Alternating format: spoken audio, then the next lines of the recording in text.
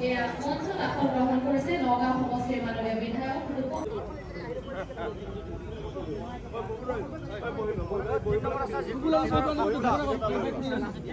জিতু দাস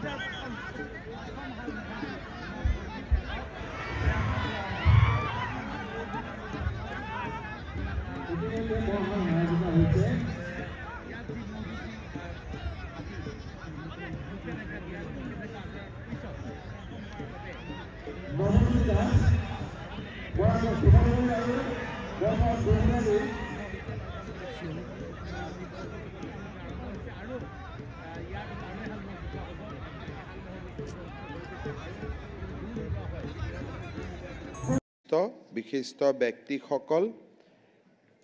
আজিৰ এই অনুষ্ঠান চাবলৈ অহা সুধী মণ্ডলী শ্ৰদ্ধাৰ ৰাইজ আই মাতৃসকল আজি আমি পহিলা মাঘৰ এই দিনটোত আহতগুৰিৰ ঐতিহাসিক ম'হ যুঁজ চাবলৈ উপস্থিত হৈছোঁ এই পবিত্ৰ দিনটোত মই আহতগুৰিবাসীৰ লগতে অসমবাসীক ভোগালী বিহুৰ আকৌ এবাৰ আন্তৰিক ওলগ জনাইছোঁ ভোগালীৰ আনন্দই সমাজৰ পৰা অসূয়া অমংগল দূৰ কৰি সকলোৰে জীৱনলৈ সুখ আৰু সমৃদ্ধি কঢ়িয়াই আনক মই তাকে কামনা কৰিছোঁ বাপতি সাহোন মাঘ বিহুৰ লগত ৰজিতা খুৱাই অসমীয়া জাতিয়ে ৰাজ্যৰ বিভিন্ন অঞ্চলত বিভিন্ন ৰং ধেমালিৰ মাজেৰে কিছুমান ঐতিহাসিক পৰম্পৰা মানি চলি আহিছে অঞ্চলভেদে পৰম্পৰাসমূহৰ ঐতিহ্যও বেলেগ বেলেগ পৰম্পৰাগতভাৱে ভোগালী বিহুৰ উৎসাহ উদ্দীপনাৰ পুহ মাহৰ সংক্ৰান্তিৰ দিনা হয়গ্ৰীৱ মাধৱ মন্দিৰত বুলবুলি চৰাই যুঁজ আয়োজন কৰা হয় কালি হাজোত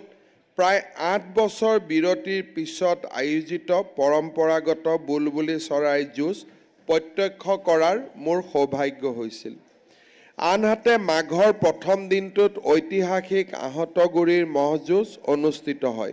অসমৰ ইতিহাস আৰু পৰম্পৰাৰ সৈতে অভিন্ন আহতগুৰিৰ ঐতিহাসিক ম'হ যুঁজত উপস্থিত থাকিবলৈ পাই মই সঁচাকৈ আনন্দিত আৰু গৌৰৱ অনুভৱ কৰিছোঁ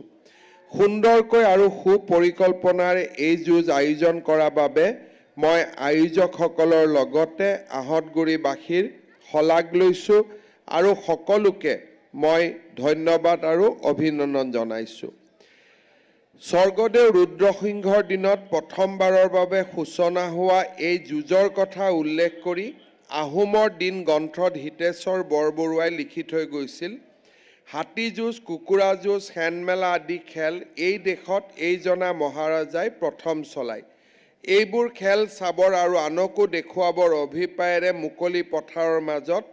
ৰংঘৰ সজাইছিল এওঁৰ দিনত বাহিৰত তেনে কোনো ৰণ বিগ্ৰহ নাছিলে বাঁহী আলোচনীত অসমৰ ম'হ যুঁজৰ পৰম্পৰাৰ কথা আলোকপাত কৰি এইদৰে লিখিছিল পুহৰ কেইদিনমান পিছতে ৰজাৰ ঘোষকে ঢোল বজাই কোনদিনা ম'হ যুঁজ অনুষ্ঠিত হ'ব তাক ঘোষণা কৰে আৰু ৰাইজক সেই যুঁজ উপভোগ কৰিবলৈ নিমন্ত্ৰণ কৰে মাঘ বিহুৰ খেলৰ বাবে নিৰ্ধাৰিত ৰাইজে পুৱাতে আহি ৰংঘৰৰ ওচৰত বাকৰণিত গোট খায় এনেদৰে আমাৰ অসমৰ মাঘ বিহুৰ সৈতে ম'হ যুঁজ বুলবুলি যুঁজ আদি পৰম্পৰাৰ অংগ কৰি লোৱা হয় যোৱা কিছু বছৰ ধৰি বিভিন্ন কাৰণত এই প্ৰতিযোগিতা বন্ধ হৈ আছিল আজিৰ পৰা 200 বছৰ আগতে আহতগুৰিত মহ যুঁজ প্ৰতিযোগিতা আৰম্ভ হৈছিল 1972 চনৰ পৰা স্বৰ্গীয় গেৰেলাডা সোঁৱৰণী মহ যুঁজ চিল প্ৰতিযোগিতা আনুষ্ঠানিকভাৱে পালন কৰি অহা হৈছে দেশৰ উচ্চতম ন্যায়ালয়ে 2014 চনত দিয়া এটা ৰায়দানৰ বাবে আজি কেইটামান বছৰ আহতগুৰিৰ এই পৰম্পৰাগত মহ যুঁজৰ এক বিৰতি হৈছিল আজি আমি পুনৰ এবাৰ এই ঐতিহ্যক পুনৰুদ্ধাৰ কৰি অত্যন্ত সুন্দৰ আৰু এটা সুন্দৰ মন আৰু আনন্দৰে আমি এই মহ যুঁজ প্ৰতিযোগিতা অনুষ্ঠিত কৰিম মই ৰাইজক অনুৰোধ কৰিম এই মহ যুঁজ প্ৰতিযোগিতা অনুষ্ঠিত কৰিবলৈ যাওঁতে ৰাজ্য চৰকাৰে আপোনালোকৰ বাবে নিৰ্ধাৰণ কৰি দিয়া SOP যাতে আমি পালন কৰোঁ আৰু লগতে এই যুঁজৰ পৰিণাম স্বৰূপে কোনো যাতে মহৰ ক্ষতি নহয় শাৰীৰিকভাৱে তেওঁলোক যাতে অসুস্থ নহয় তাৰ প্ৰতিও মই দৃষ্টি ৰাখিবলৈ আটাইকে অনুৰোধ জনাইছোঁ পুনৰ এবাৰ অসমৰ পৰম্পৰাগত সম্পদসমূহক আমি পুনৰ এবাৰ ৰাইজৰ মাজলৈ লৈ যাবৰ বাবে কৰা প্ৰচেষ্টাক মই ধন্যবাদ জনাইছোঁ আৰু এনেধৰণে আমি অসমীয়া জাতিটোৰ বিজয় ধ্বজা বিশ্বৰ বুকুত উৰুৱাবলৈ সক্ষম হ'ম পুনৰ এবাৰ